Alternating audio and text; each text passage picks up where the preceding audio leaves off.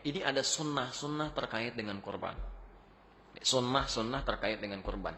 Setiap dikerjakan sunnah-sunnah ini pahalanya banyak, Pak. Jadi kalau Anda kehilangan sunnah ini, sayang. Ya, sayang, potensi pahala nggak dapat. Nunggu lagi setahun lagi. Sekali lagi kalau hidup, gitu kan? Nah, jadi persoalannya adalah, sementara orang berkurban seringkali cuma nitipkan uang kurban ke satu masjid atau satu tempat, terus nungguin sampai tanggal 10. Ya, sementara sunnah-sunnahnya nggak diikuti. Oh, itu nggak dapat pahala, sayang. Ya kalau cuma nunggu-nunggu saja, sayang. Ya, sayang, potensi nggak dapat. Apa di antara sunnahnya? Kita langsung ambil dari kitabnya saja. Ya, kita bacakan. Di antara yang pertama, kita lihat di hadis riwayat Muslim, alhamdulillah. Nomor hadis 1977, 1977, bab yang ke-39. Ya. Jilid yang ke-7, halaman 152. Untuk pembukanya. Baik, sunnah pertama. Jadi Anda kalau nanti mau berkorban, tolong garis bawahi betul ini ya. Bismillahirrahmanirrahim. Bab, satu pembahasan. Babun nahyi man dakhala alaihi ashru dzil hijjah wa huwa muridu tadhiyah. Satu pembahasan tentang larangan. Nah, jadi sunnah pertama bentuknya bukan perintah tapi larangan. Awas ya. Jadi ada sunnah bentuknya perintah, ada sunnah bentuknya larangan. Tidak setiap sunnah itu perintah, ada juga larangan. Nah, itu pahalanya sama. Ya. Baik, pelan-pelan. Babun nahyi, bab tentang larangan. Man dakhala alaihi ashru dzil hijjah, bagi siapa yang telah memasuki awal 10 pertama Dzulhijjah. Maksudnya tanggal 1 Dzulhijjah sudah masuk, gitu kan? Wa huwa muridu tadhiyah, dan dia menginginkan untuk berkurban. Ya. Jadi ada orang yang memang sudah punya rencana untuk berkurban. Kalau Anda sudah punya rencana, sudah disiapkan, hewan sudah mau dibeli, kan? Maka sejak tanggal 1 Dzulhijjah, sunnah pertama, ayyakhudha min sya'rihi aw adhfarihi syai'a.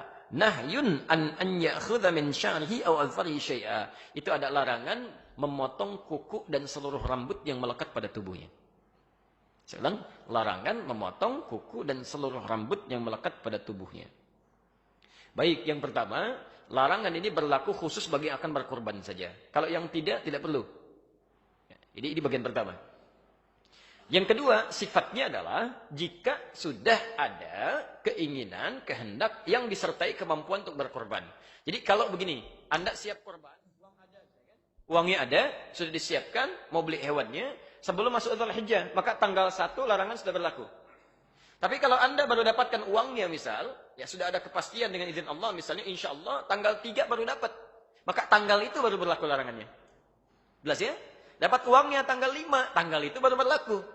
Jelas ya? Dapat uangnya tanggal 7, tanggal itu baru berlaku. Dapat uangnya tanggal 10, tidak berlaku hukumnya. Jelas ya? Tidak berlaku hukumnya. Karena ini hanya berlaku bagi tanggal 1 sampai dengan menjelang akan dipotong hewan korbannya. Ya. Jelas sampai sini? Baik. Sifat larangan ini, sifatnya bukan wajib. Awas. Jadi kalau Anda misalnya lakukan pun, misal saya mau potong kuku saja, ya, dosa sih tidak, cuma kehilangan banyak pahala. Jelas ya? Kehilangan banyak potensi pahala. Nanti kita akan lihat apa maksudnya, kenapa dilarang potong kuku dan rambut. Ya. Kenapa dilarang potong kuku dan rambut. Yang ketiga, nanti kan betul ya, ini sering keliru di sini. Sering keliru. Hadis ini jelas menunjukkan dari semua kalimatnya, bahkan nanti runtutan keterangannya, yang dimaksud larangan itu berlaku pada orang, bukan pada hewannya. Bukan pada hewan.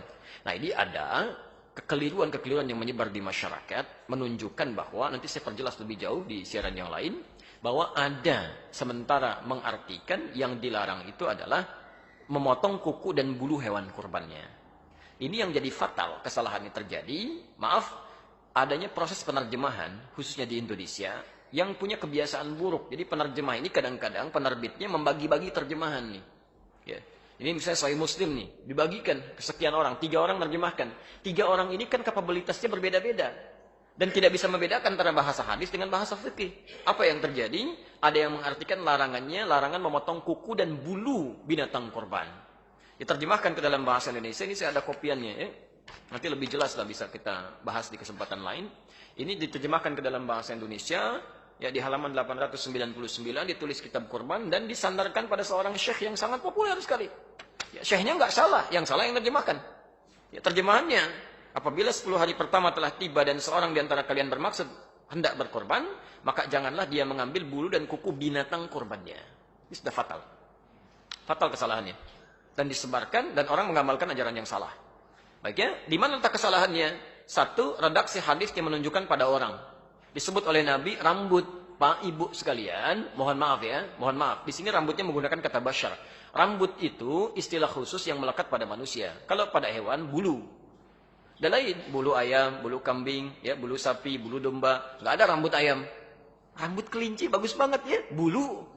Itu ya, kalau kita rambut. Jelas ya? Itu bagian pertama. Yang kedua, di Sahih Muslim ini ada kita mesti belajar cara membacanya. Beda dengan baca Al-Bukhari, lain. Sahih Muslim ini ada hadis berbintang, ada hadis tidak berbintang. Kalau yang berbintang itu tandanya dia punya asbabul wurud, sebab hadis itu disampaikan. Sebab hadis ini sampai ke kita, sampai dirangkum oleh Imam Muslim, itu ada salangan beberapa sahabat yang belum tahu tentang informasi ini, mendekat ke Idul Adha itu pada masuk ke toilet, ke hammam. Ada yang cukur kumis, cukur bulu ketiak, macam-macam. Diadukan itu kepada Ibnu Musayyab yang punya hadis ini. Kata Ibnu Musayyab, "Hadza haditsun qad nusiya wa turika."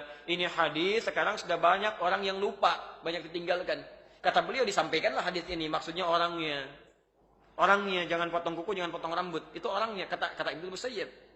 Yang ketiga, mohon maaf, ya, secara rasional saja dengan menggunakan logika, itu mudah dipahami.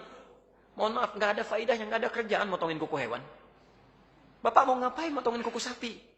Dan bagaimana caranya begitu dipegang kakinya, nendang dia aja gitu kan? Nah, itu nggak ada kerjaan motongin kuku sapi. Ya, jadi di sini ada sesuatu yang harus kita pahami lebih dalam. Dan ada maksudnya. Di sunnah yang pertama ini maksudnya supaya Allah berkenan nanti mengampuni dosa-dosa yang bersangkutan ketika hewannya disembelih. Jadi begitu hewan disembelih, dari ujung rambut sampai dengan ujung kuku paling bawah di kakinya, itu Allah berkenan mengampuni. Khawatir ketika belum diampuni sudah dipotong, terpisahlah bagian dari dirinya. Bersaksi di akhirat nanti, gitu kan? Nah, padahal sebagian dosa-dosanya sudah terampuni di hadapan Allah Subhanahu wa taala. Nah, ini baru sunnah yang pertama, belum bagaimana nanti sunnah memilih hewan korbannya, sunnah cara menyembelihnya, sunnah cara membagikannya, termasuk persoalan-persoalan